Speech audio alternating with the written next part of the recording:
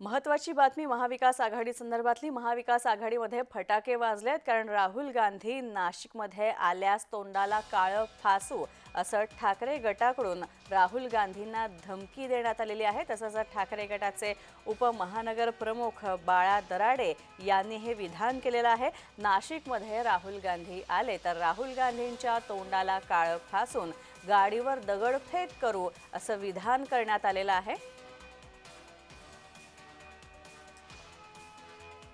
तर ठाकरे गटाचे उपमहानगर प्रमुख बाळा दराडे आपल्या सध्या आमच्या सोबत जोडले गेलेले आहेत।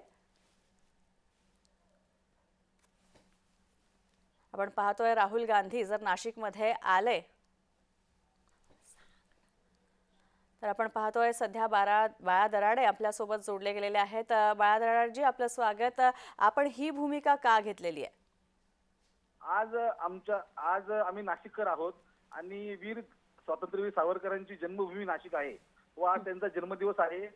त्यांच्या स्मृतीस आम्ही अभिवादन केलं भगूर या ठिकाणी व आमच्या नाशिककरांचा एक भूमिपुत्र म्हणून आणि एक स्वातंत्र्यवीर सावरकरांचा अपमान केला राहुल गांधी यांनी 2 वेळेस। त्यांच्या विरोधामध्ये आमचे नाशिकचे वकील आहे मनोज पिंगळे यांनी याचिका दाखल केली आहे।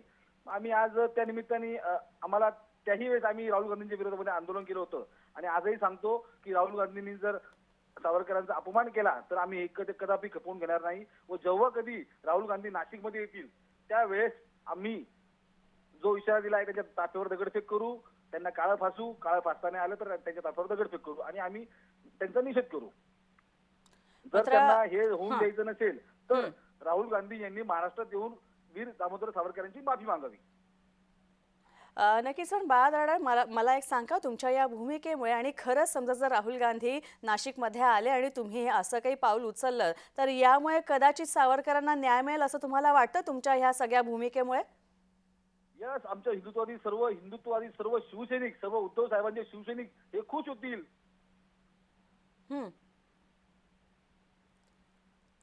पण मात्र बाळा दराडे, आणखी एक महत्त्वाची भूमिका सध्या महाविकास आघाडी म्हणून काँग्रेस, राष्ट्रवादी काँग्रेस, शरद पवार गट आणि उद्धव ठाकरेंची शिवसेना हे खरं तर तिघे एकत्र आहात तुम्ही। मात्र यामुळे महाविकास आघाडीमध्ये काही विशिष्ट सुद्धा उद्भवू शकेल, त्यामुळे काय सांगाल या सगळ्या संदर्भात तुम्ही?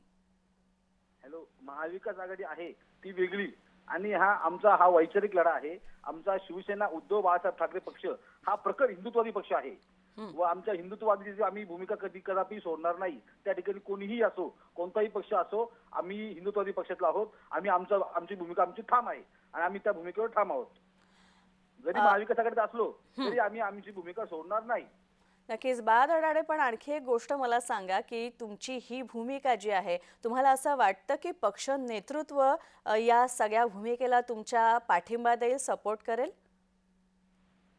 नाही, ही माझी वैयक्तिक भूमिका आहे व मी हिंदुत्ववादासाठी मी कुठलीही भूमिका घ्यायला तयार आहे। ही तुमची वैयक्तिक भूमिका आहे असं तुम्ही म्हणताय बाळा दराडे, पण जेव्हा एक नेता अशा प्रकारची भूमिका घेतो आणि तेव्हा साहजिकच आहे त्याचीही एक विशिष्ट आपण म्हणूया इमेज असते समाजामध्ये किंवा राजकीय वर्तुळामध्ये। तुम्हाला असं नाही वाटत का तुमच्या या भूमिकेमुळे कदाचित तुमच्या प्रतिमेला सुद्धा तडा जाऊ शकतो?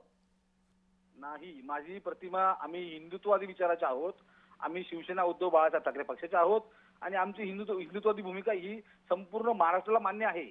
आम्ही आमची भूमिका सोडलेली नाही आणि महाराष्ट्रातली जनता ही आमच्या बरोबर आहे, आमच्या विचाराबरोबर आहे। आम्ही जरी महाविकास आघाडीत असलो तरी त्या काही कारणास्तव आम्ही महाविकास आघाडीत आहोत, पण आमची हिंदुत्ववादीची भूमिका ही ठाम आहे। बाळा दराडे, आणखी एक प्रश्न मला असा विचारायचा आहे, तुम्ही म्हणता की तुमची ही भूमिका हिंदुत्ववादी आहे आणि यामुळे कदाचित आणखी हिंदुत्ववादी किंवा हिंदुत्वधार्जिणे म्हणून तुम्ही जगासमोर याल किंवा सगळ्या राजकीय वर्तुळामध्ये तुमची तशी ओळख निर्माण होईल। मात्र सांगा, नेमकं कशा पद्धतीनं ही तुमची भूमिका हिंदुत्ववादी ठरवेल तुम्हाला, याचं एक स्पष्टीकरण देऊ शकाल का?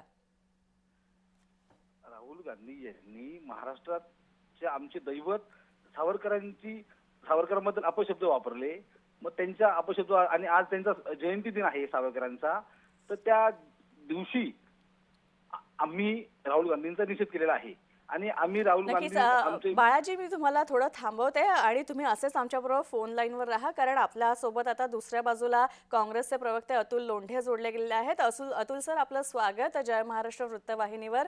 अतुल सर, आता आपल्यासोबत बाळा दराडे आहेत आणि त्यांची अशी भूमिका आहे, जर राहुल गांधी नाशिकमध्ये आले तर आपण शाईफेक करू आणि राहुल गांधी यांची प्रतिमा मलिन करण्याचा प्रयत्न करू. काय पहिली प्रतिक्रिया काय आहे तुमची?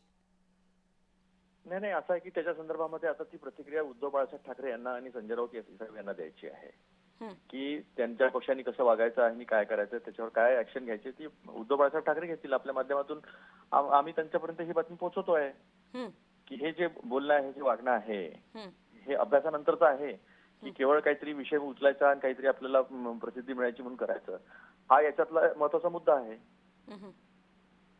नक्कीच. अतुल लोंढे, आपण असेच आमच्यासोबत जोडले गेलेले राहा. बाळा दराडे यांच्याकडे मी जाते. बाळाजी, मला एक सांगा, जर समजा आपण ही शक्यता धरून चालूया की पक्ष नेतृत्वानं तुमची भूमिका, भले वैयक्तिक असो तुमची भूमिका, जर ही भूमिका अमान्य केली आणि तुमच्यावर काही पक्षांतर्गत कारवाई करण्यात आली, तर तुमचं पुढचं पाऊल काय असेल?